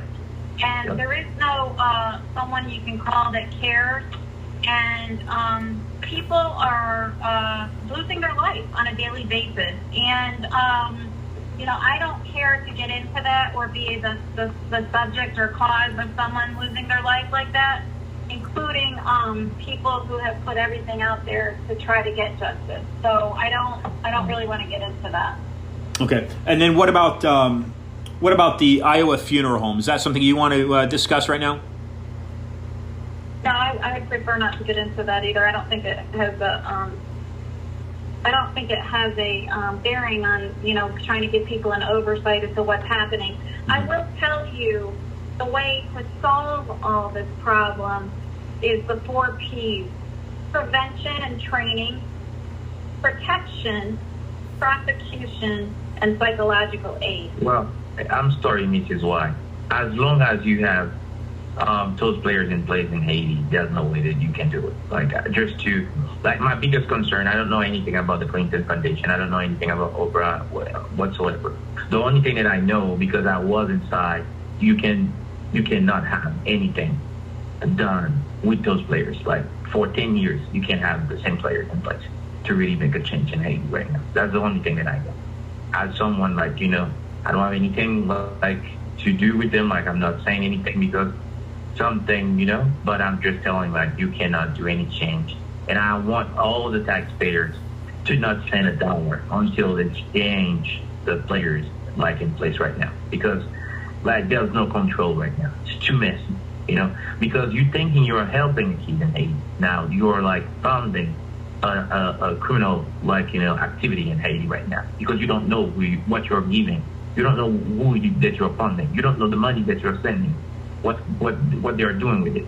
I have to tell you that 80% of all the things that happening in Haiti they are not legit. So why are you sending money to something that you're wasting your money on it? This is my only concern. But in terms of excuse me, exactly like I was saying, the largest group of NGOs on the planet, anybody, Helen Keller could see the epic fail that we're talking about, because there is no accountability.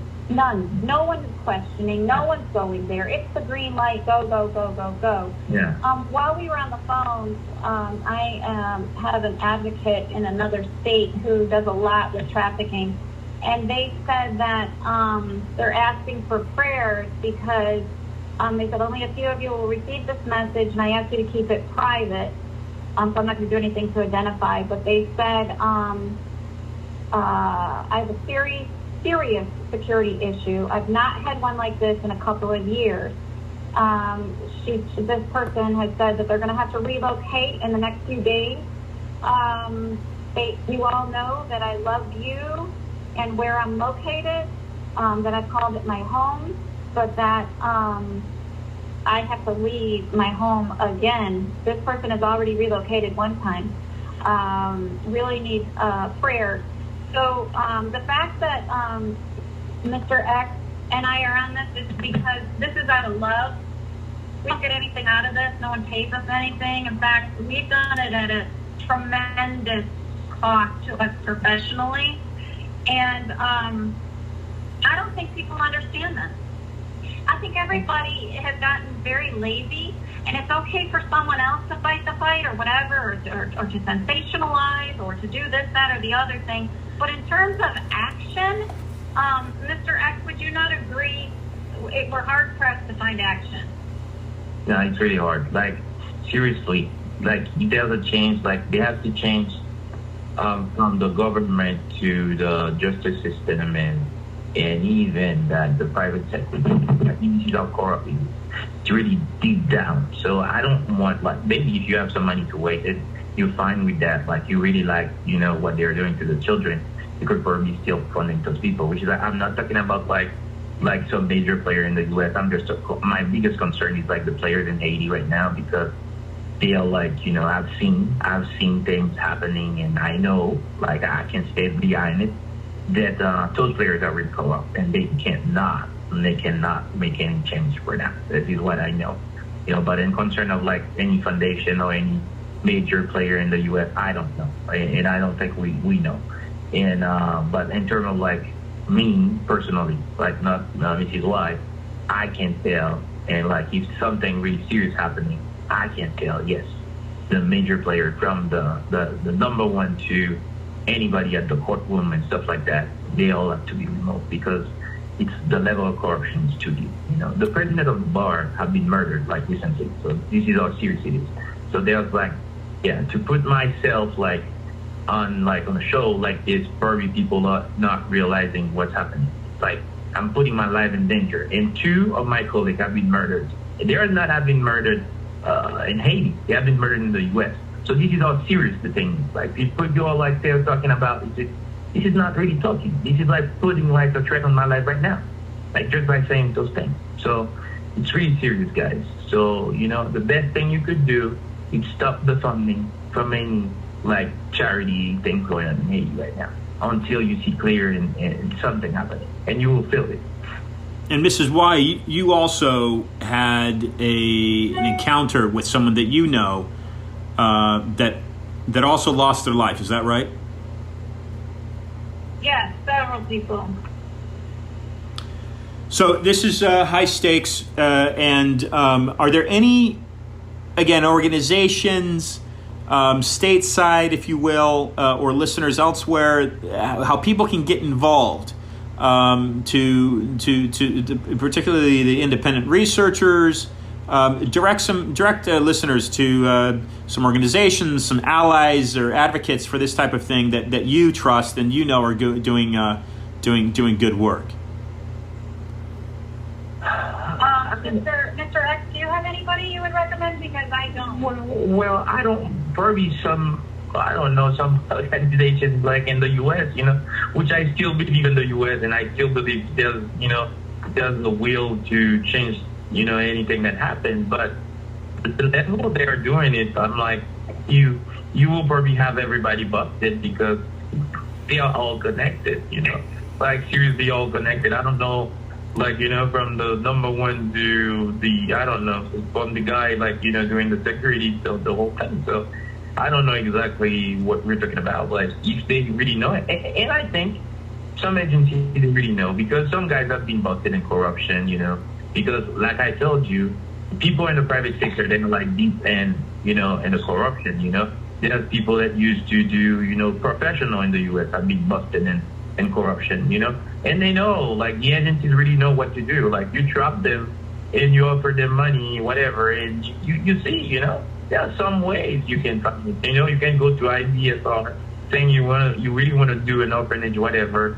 You from the clerk to the secretary, you offer like some few thousand, some few bucks, and you guarantee inside they will probably take that money, and you have the ring right there. You know, this is the perfect time to really do it. But you can't. Here's the thing, though. So, these people that are running this is not small little people. No, that's not small. And we are talking about billions of dollars. This is not. It's conservative figures, Mr. X, put it at conservatively 3.27 billion unregulated per year. Unlicensed. 450. Unlicensed, which is big money laundering, because there's no taxes behind it. It is a big money. You know how much money you need to be legit in the whole thing? You go to something like the IRS, you pay $200, and they give you a code. With that code, you can have any transfer coming from the U.S., and you don't have to pay any taxes, which is the biggest money laundering going on right now.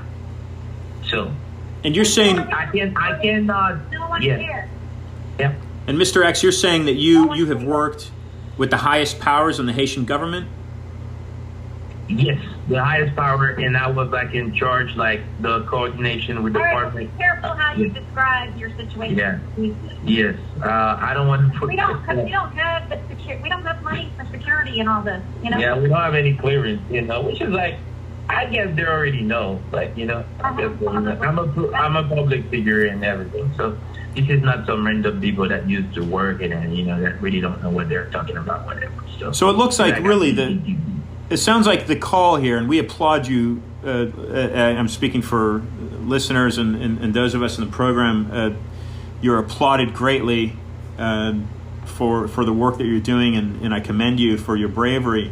And it sounds like at this point you're really looking for a politician to step forward and expose this corruption.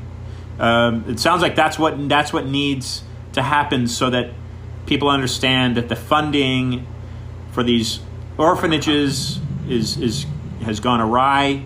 They're being used for ill purposes, and that's what needs to be addressed here. And Ian, I love the analogy, and I love you're putting it into simple terms. But I can tell you from personal experience, I have spent a lot of time in Washington D.C. I've met with most of these people, including Lindsey Graham. No response, nothing. Yeah. Senator Isaacson, he called for an audit to be done on the embassy, and then he left office like a couple of months later. But they found a lot of problems, millions of dollars of problems, right? It's the fourth largest embassy in the world. Yeah, so this is being squashed at the very highest levels of even the American government, it sounds like, perhaps. Correct. I believe attorney generals are involved. I believe, when you have the Labor Secretary Acosta having negotiated Epstein's, I don't know what you want to call his sentence. It's a joke. It's disgusting. If my daughter was involved, I can't even imagine. I just cannot even imagine that. But, these girls were from less fortunate homes. They were looking for an opportunity. There's a lot of pressure that goes into going to school nowadays and having certain shoes and clothing and whatnot. And, it's very unfortunate. But, Trump supported him at first. And then, he said he's a great guy or whatever. I mean, I think you need to look a little bit deeper. Who put him up to that position? Who nominated him? Why did he have to get to be the labor secretary? Is it the Council on Foreign Affairs? I don't know. I do know that there's been several ambassadors to Haiti that have had questionable moral fortitude. The last one, I was told, was having nice lunch with the president while there's been massacres and kidnappings going on. And she calls it legitimate and everything's great, and they're talking about economic development. It must have been the shortest conversation on history because there is no economic development. So I don't know what they're talking or discussing other than now what do we do? Do we do a couple of photo ops to make it look legit, or what do we do? Because and she was finally just recalled. I think she's back in D.C. and I think they've recycled another previous ambassador. They had, listen to this one, they had this guy, Kenneth Merton, who was at the Haiti desk at the State Department. Kenneth Merton is with a big lobby group on Haiti. And he's the one who did the statement after the earthquake that said, that's in the WikiLeaks, that said, let the gold rush begin. And boy, was there a gold rush. But what went up fell down flat. And no building code really had an opportunity. Like, for example, if I hear Build Back Better, I'm ready to, take the gas pipes, okay? because Build Back Better, that's what they use. They recycled that phrase from Haiti. Go ahead and visit. Go down, take a trip with me to Haiti, and let me show you what Build Back Better looks like. Sounds like communism to me. I don't think it's the right time to really take a trip in Haiti. You know what's happening right now? It's like they're making like a small group, 40, 30, 40 people doing kidnapping. So the whole millions of people cannot block this because there's like, quote unquote, like, you know, some legal entities working with those guys. So they cannot be busted. This is like major, you know.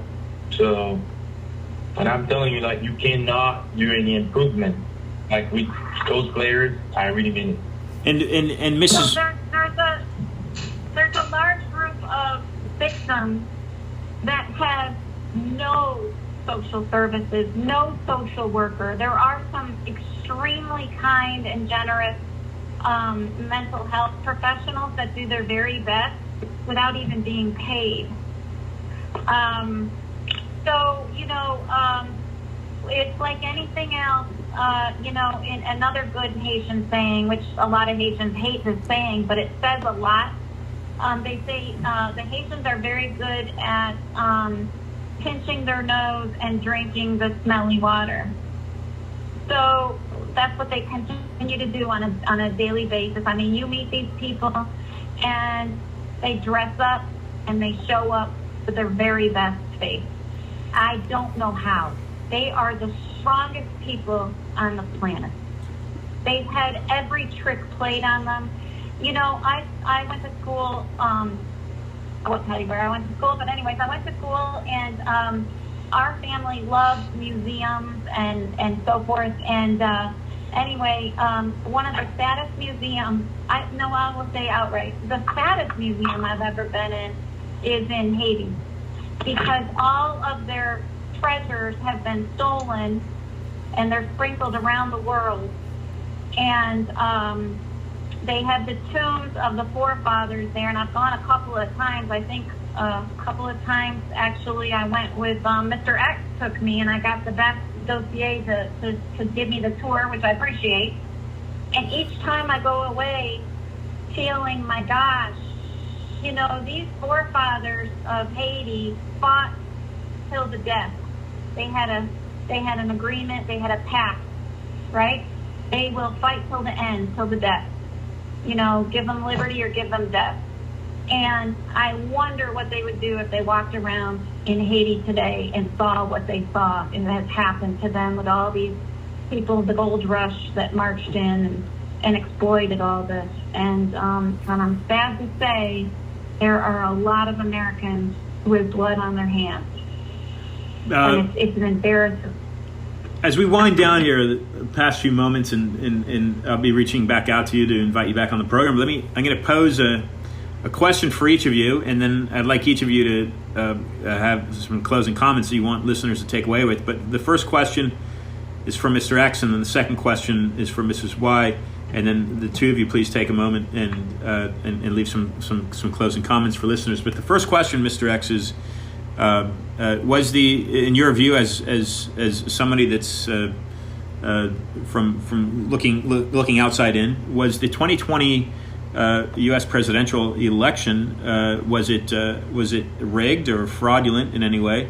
That's your question. And then Mrs. Y, your question.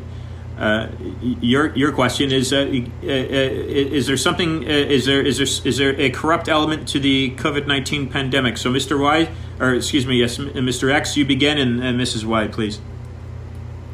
You're talking about the American election? Yeah. Well, as far as I don't know anything about, which is not, I don't have an answer for that. You know, I'm so sorry. I can't really put myself in something that I don't know and saying things that I don't know, you know. But I guess it's the biggest country, you know, they can really, you know, I think, like, you know, I just don't have the answer if it's fraudulent or not. I just don't have it, you know. Well, I wish, like, if it's, you know, maybe 4 years or 5 years after, we will find out. We will find out. Like, you know, the truth always comes out, like, some way. But in terms of me, I don't know if it was brilliant or not. I'm so sorry. I'm not getting the answer. Thank you for the response. Okay, so Mrs. Y, what do you think about the COVID-19 pandemic? Are there any elements of fraud in that regard? Okay, so I just want to piggyback on what Mr. X had to say about the election. So in 2015, there was an election in Haiti that resembled eerily the election that we just saw here.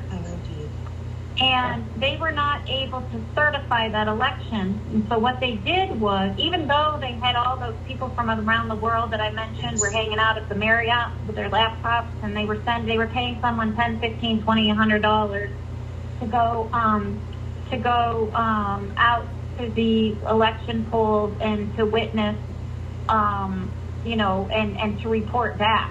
So the person would say, "Oh yeah, everything's great and on the up and up, everything's fine." So then I could hear them calling in their reports, "Yes, everything's fine and on the up and up."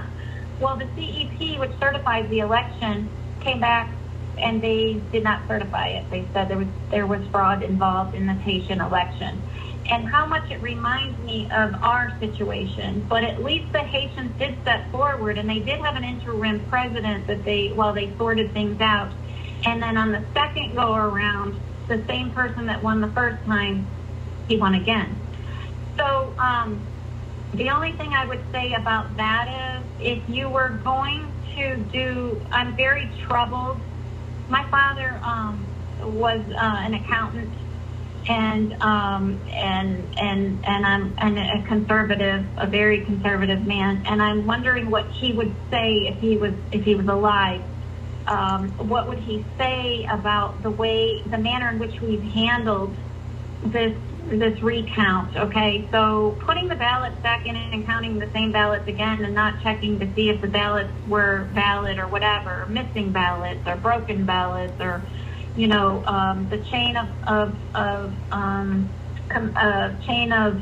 possession on those ballots is extremely troubling to me. I'm extremely troubled by it. However,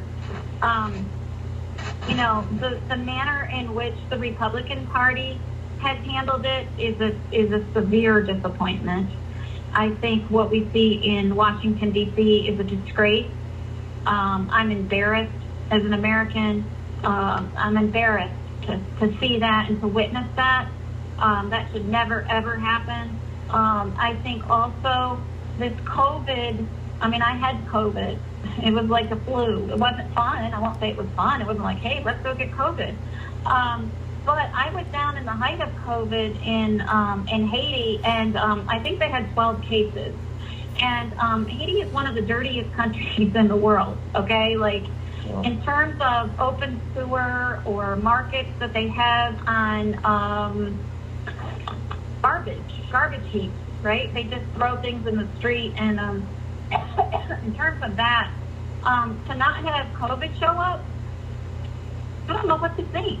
I really don't know what to think about it. I got a lot of friends in Europe and around the world, and they have equal questions to, what's real? Is it a flu?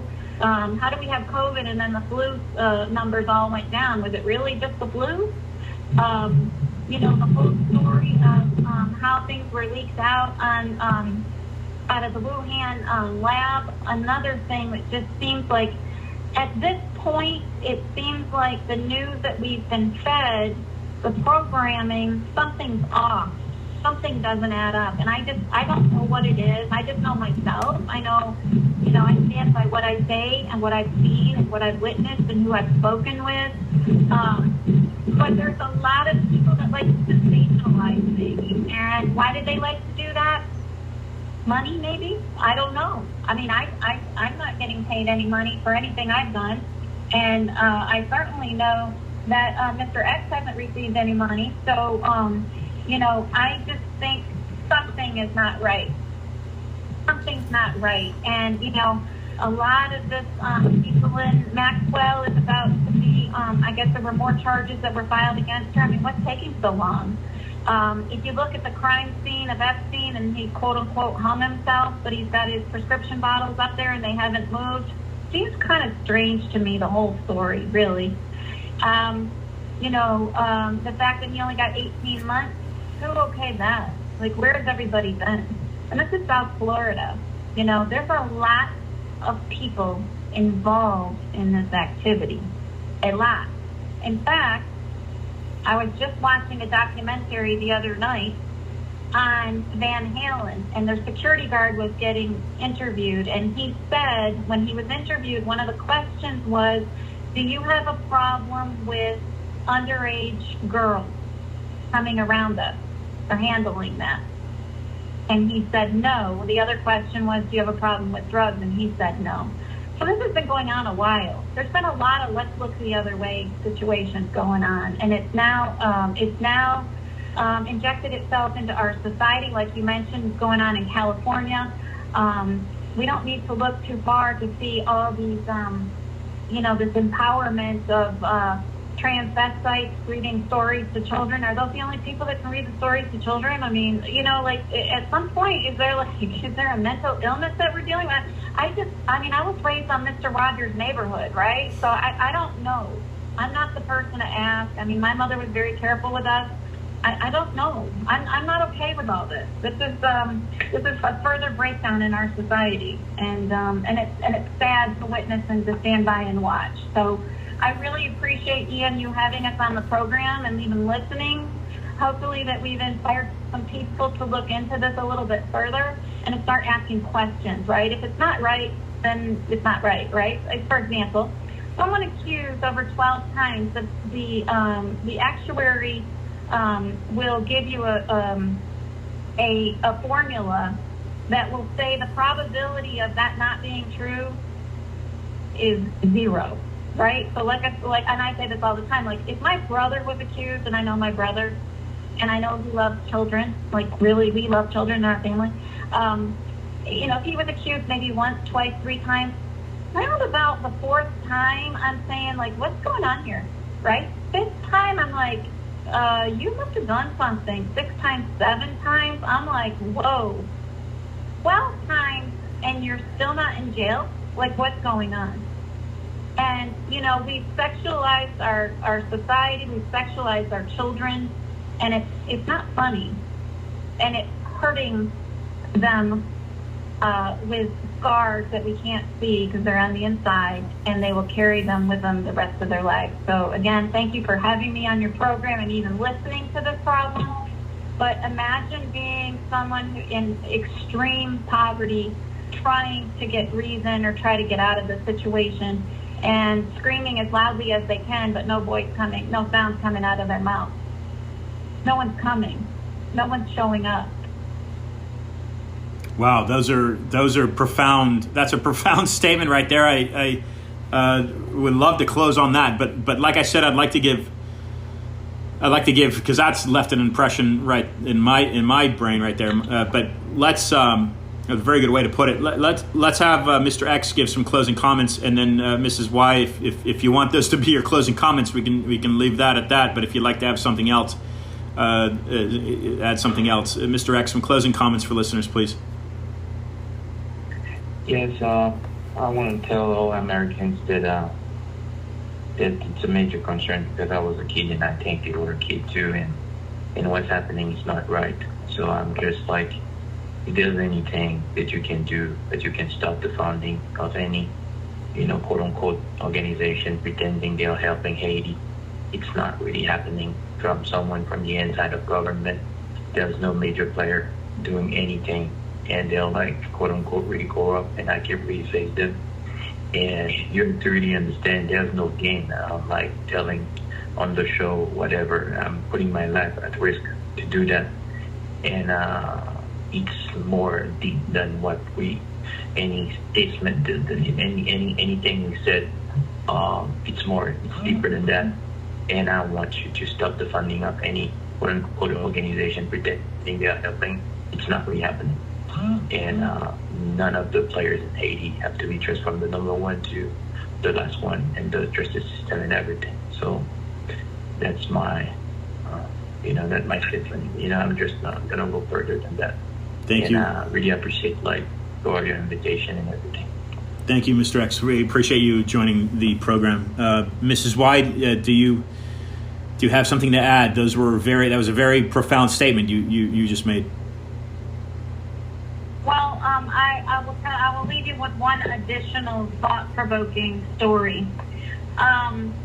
There's a group of victims who have testified, spoken to attorneys and doctors and psychologists and judges and the police and the DCPJ and everybody and their uncle, and they've told everything. They've been to the embassy. They've done everything that they were asked to do. They met with a law enforcement officer, a general, who had been in service for over 30 years and had retired and was teaching at an academy. And the whole way driving there was questioning